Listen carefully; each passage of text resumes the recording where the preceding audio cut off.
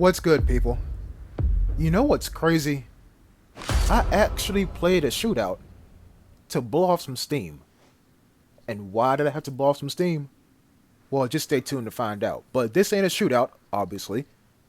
We're on Fisk. And I told myself, you know what? I ain't been on this map in a little while. Let me just come on to here and see if anything changed. Folks, I'ma say it, I legitimately miss having 3 options to pick from in terms of maps, because like just 2 in a shootout is just stale. It got stale so damn quick. But wait.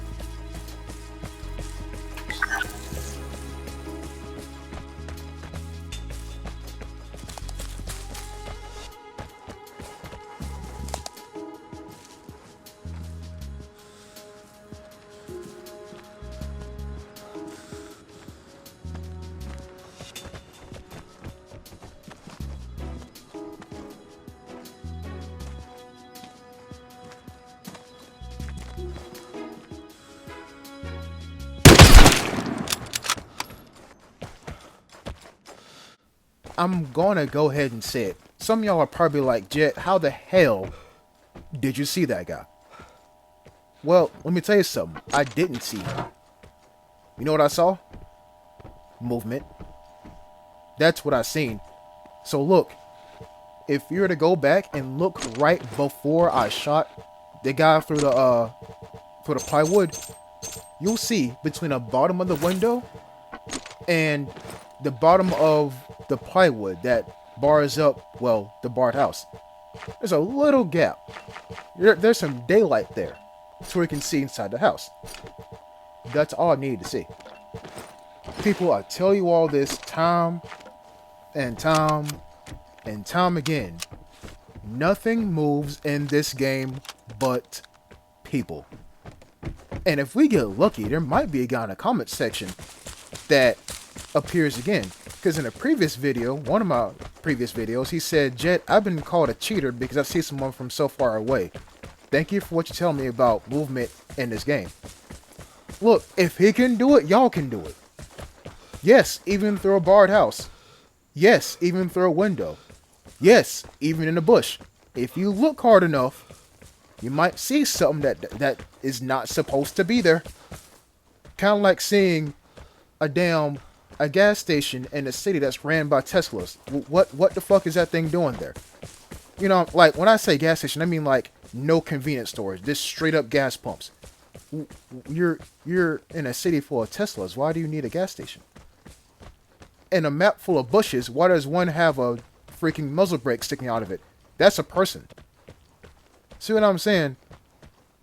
Now, that guy, obviously, judging by his loadout, he's a very experienced player.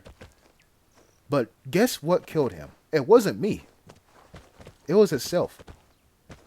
Folks, I tell you all this, and there's always going to be a new person watching my videos, hopefully. So if you are one of those people, heed my warning. Heed my warning.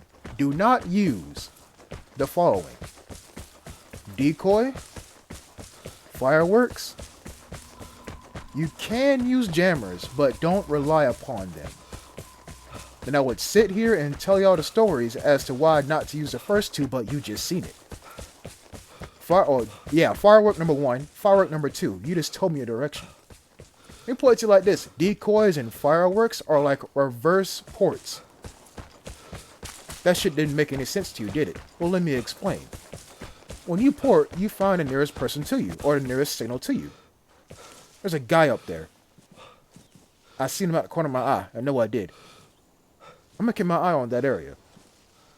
When you port, you find the nearest signal to you, whether it be a transmitter or a person. Okay, cool. That's how ports work. When you hit a port a second time, after you do it for the first time in quick succession, you get a port in one area and a port in a second area. If, and this is a really big if, they're the same person, you just found their direction in which they're heading toward. Why do you think sweats port you multiple times? They're trying to figure out where you're going. The first one tells you where you're at. The second one tells you what direction you're going. Now think about that, did you? Now what do I say a decoy / fireworks is a reverse port? Well, think about it. You throw a decoy in one area. You keep running and you throw a decoy in another area. Granted, you can throw one to the left, run about 50 meters, and throw one to the right. Granted, cool, but you just simulated a whole gunfight. And gunfights attract players. And you just threw two things that are relatively nearby to you. Good luck trying to outrun anybody who has any kind of brain and says, hey bro, gunfight, let's go over there. The point of gunfights in this game is not to draw attention away. It's to draw attention. Period. That's the whole point. Why do you think in Lone Wolf, Lone Wolf turned on, if not teams, it's always a third party scenario? Because gunfights attract players. Fireworks, decoy, also attract player. Or attract players, I should say. Stop doing that shit. Stop. Now when it comes to jammers, I can say this in one sentence, if not one scenario, and you'll get what I mean in like 3 seconds. And I use this analogy all the time because it's the best way I can explain it. Let's say you're trying to hunt somebody down in the woods. The plane is near. Get ready for the airdrop. Let's say you're trying to hunt somebody down in the woods, right? And you come across a bivouac. You walk up to it, touch the campfire log, or the fireplace or whatever. You touch it, log's still warm, he's nearby. How do I know that? You just put out the fire. The log still has some temperature to them. Makes sense. Flip it on its head. You walk to the bivouac, touch the fireplace, and the logs are cold. The logs had time to cool down. He's long gone. If you walk up to a jammed area and the jammer's still there, guess what? That guy's still there too. Opposite's true. Walk up to a jammed area, jammer just goes off as you walk into the area, he's long gone. Same damn thing. So I say use jammers if you want to, but don't be surprised when that shit don't work. And actually, I think I heard a gunfight. Right about up there, near the barn.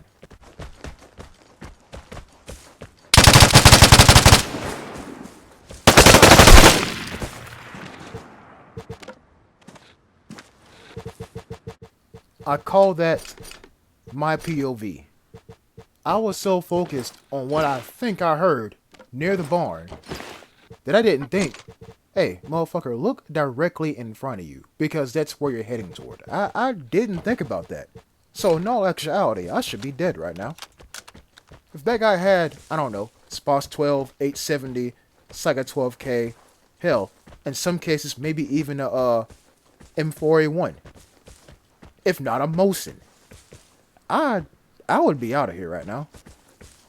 I would. But, well, I'm not. And lesson learned. It's okay to look in one direction, but you still gotta mind where you're headed toward. And as you would have probably guessed, given how quiet the match is, and given how that one dude was prone on that hill and didn't shoot at anybody, and had all of his loot, yeah, no one was left in that match. And I walked toward the airdrop thinking, I might can pick this up. And then I realized it was on the roof. I said, yeah, no, fuck all that. And I left. I just left. Because, I mean, hey, 2 kills is fine by me. And this just goes to show you that a wall bang is possible. If you see somebody and you know they're behind the wall, shoot through the wall. If the bullets don't go through, that's fine. At least you learned. But, movement, people. It's your greatest ally, as well as your greatest nemesis. And if you faced anyone above 8,000 kills, hell, even 3,000 kills, you know exactly what I mean. Thanks for watching. I'll see you next time. Until then, peace.